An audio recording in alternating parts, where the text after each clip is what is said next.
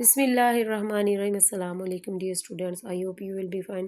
اسلامیات کی بک ہے 8th class کی، اور آج کے جو باب 4 سبق ہے بری عادات سے اجتناب، آپ کے ساتھ میں شیئر کروں گی۔ اس میں لیسن نمبر 1 ہے جس کا نام ہے بدگمانی سے پرہیز۔ یہ آپ نے لیسن ایک دفعہ ریڈ آؤٹ کر لینا ہے، اور میں تھوڑا سا سرسری آپ کو جائزہ بتا دوں کہ اس میں کیا کیا چیزیں ہوں گی۔ بدگمانی کے لفظی معنی ہے بیجا شک اور برا خیال کرنا، کسی بھی شخص کے بارے میں کوئی ایسی منفی رائے یا اندازہ قائم کرنا جس سے اخوت اور بھائی چارے پر اثر پڑے، بدگمانی کہلاتا ہے۔ اسلام نے بھی ہمیں تعلیم دی ہے کہ ہم دوسروں کے متعلق حسن ظن رکھیں اور کسی کے بارے میں بدگمانی کا شکار نہ ہو، کیونکہ یہ ایک اخلاقی برائی ہے جس کی وجہ سے انسان ذلیل ہی ہوتا ہے اور اس نفسیاتی مریض بن جاتا ہے۔ قرآن میں بھی اللہ تعالیٰ نے ارشاد فرمایا کہ اے ایمان والو، بدگمانی سے بہت زیادہ بچو، بے شک بعد گمان گناہ ہے، اور نہ ہی کسی کے متعلق جاسوسی کرو۔ بدگمانی میں تھوڑی سی کلیئر کر کے بتا دوں کہ فار ایگزامپل آپ یہ ذہن میں خیال کریں کہ کوئی آپ کے بارے میں بات کر رہا ہے، بری بات کر رہا ہے، یہ آپ نے ذہن میں سوچا ہے کہ کوئی آپ کے بارے میں بری بات کر رہا ہے، چاہے اس نے بری بات نہیں کی، لیکن آپ نے یہ خیال کیا ہے کہ فلاں آپ کے بارے میں کچھ برا کہہ رہا ہوگا، تو جو یہ آپ نے سوچا ہے وہ بدگمانی کہلاتا ہے۔ اس کے بعد حدیث میں بھی بیان کیا گیا ہے کہ بدگمانی سے بچو، کیونکہ یہ ایک بہت بڑی جھوٹی بات ہے۔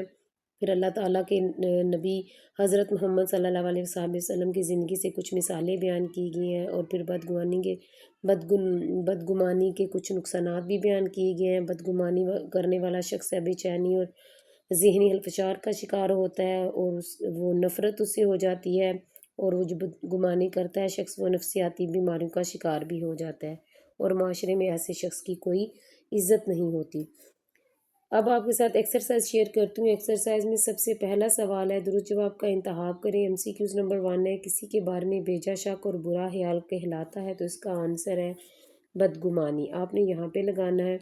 پھر اس کے بعد اگلا MCQs ہے، حدیث مبارک کے مطابق سب سے جھوٹی بات ہے چغلی، غیبت، تہمت یا بدگمانی، تو آنسر آپ نے لگانا ہے بدگمانی پر۔ اسلام نے دوسروں سے متعلق رویہ اپنانے کی ترغیب دی ہے، یہ آنسر آپ نے صحیح کر لینا ہے۔ اس کا آنسر خوشگمانی کا ہے، لیکن وہ غلطی سے میں نے یہاں ٹک لگا دیا، آپ نے اس کو کریکٹ کر لینا ہے۔ اس کے بعد اگلا MCQs ہے، اللہ تعالیٰ نے بدگمانی سے بچنے کا حکم دیا ہے، تو اس کا آنسر ہے آپشن نمبر 1 سورۃ الحجرات میں۔ لاسٹ MCQs ہے، بدگمانی میں مبتلا شخص بیماری کا شکار ہوتا ہے، تو اس کا آنسر ہے نفسیاتی، آپشن نمبر 1 اس کا آنسر آپ لگائیں گے۔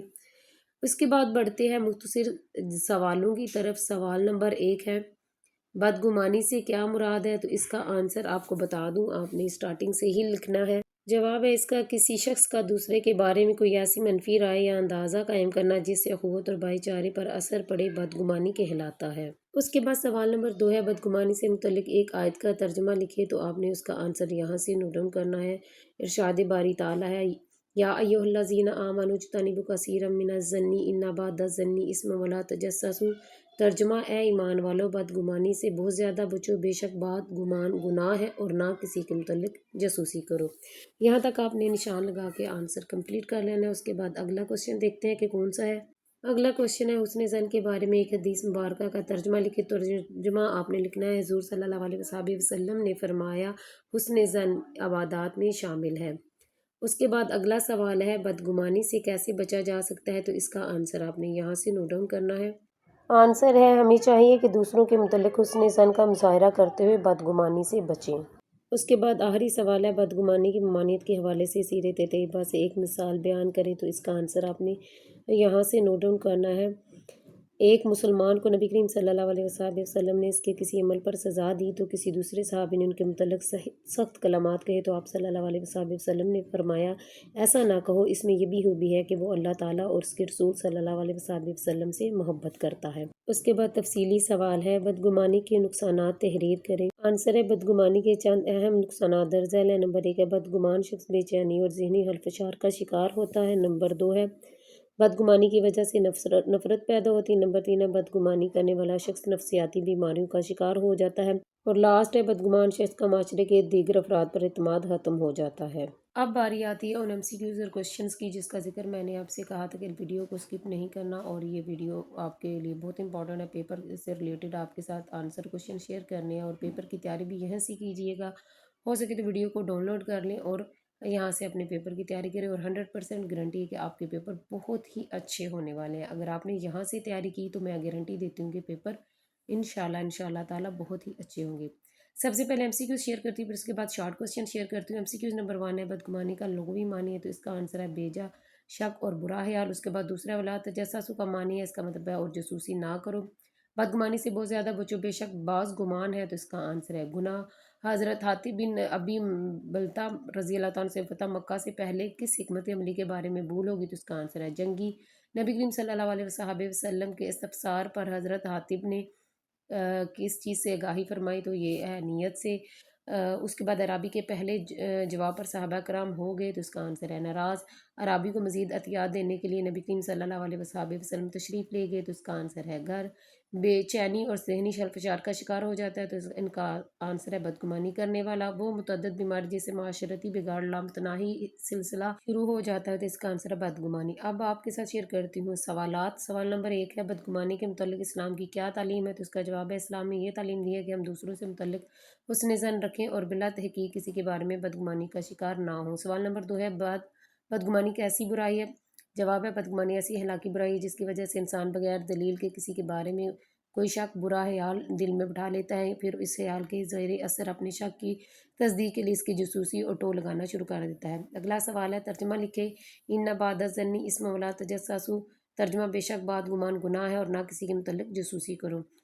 بدگمانی سے متعلق حدیث مبارکہ کا ترجمہ لکھی، تو اس کا جواب ہے بدگمانی سے بچو، بے شک بدگمانی سب سے جھوٹی بات ہے۔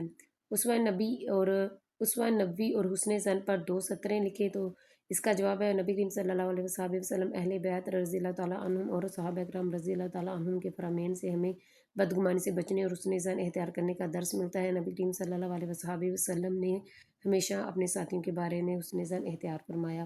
اگلا سوال ہے حضرت حاتب کے متعلق نبی کریم صلی اللہ علیہ وسلم نے حسن ظن اختیار فرمایا، تو اس کا جواب ہے نبی کریم صلی اللہ علیہ وسلم کے استفسار پر حضرت حاتب بن ابی بلتا نے اپنی نیت سے آگاہ کیا، تو آپ صلی اللہ علیہ وسلم نے ان کے متعلق حسن ظن اختیار فرمایا۔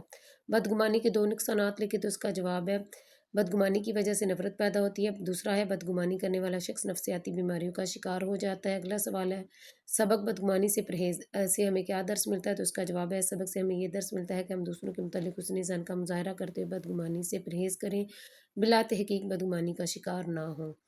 تو یہ کوشچن اور آنسر ہے بہت امپورٹنٹ ہے، ایکسٹرا کوشچن ہے، اسی لیسن سے ریلیٹڈ آپ نے ان کو اچھے سے یاد کرنا ہے۔ اور میں پھر بار بار کہہ رہی ہوں کہ اگر آپ نے یہاں سے یہ کوشچن آنسر یاد کر لیے اور جو ایکسرسائز کے لاسٹ میں آپ کے ساتھ میں نے اسٹارٹ میں شیئر کیے ہیں وہ اگر یاد کر لے، تو 100% گارنٹی ہے کہ آپ کے پیپر بہت ہی اچھے ہونے والے ہیں۔ مجھے اپنی دعا میں ضرور یاد رکھیے گا۔ نیکسٹ ویڈیو تک کے لیے اللہ نگہبان۔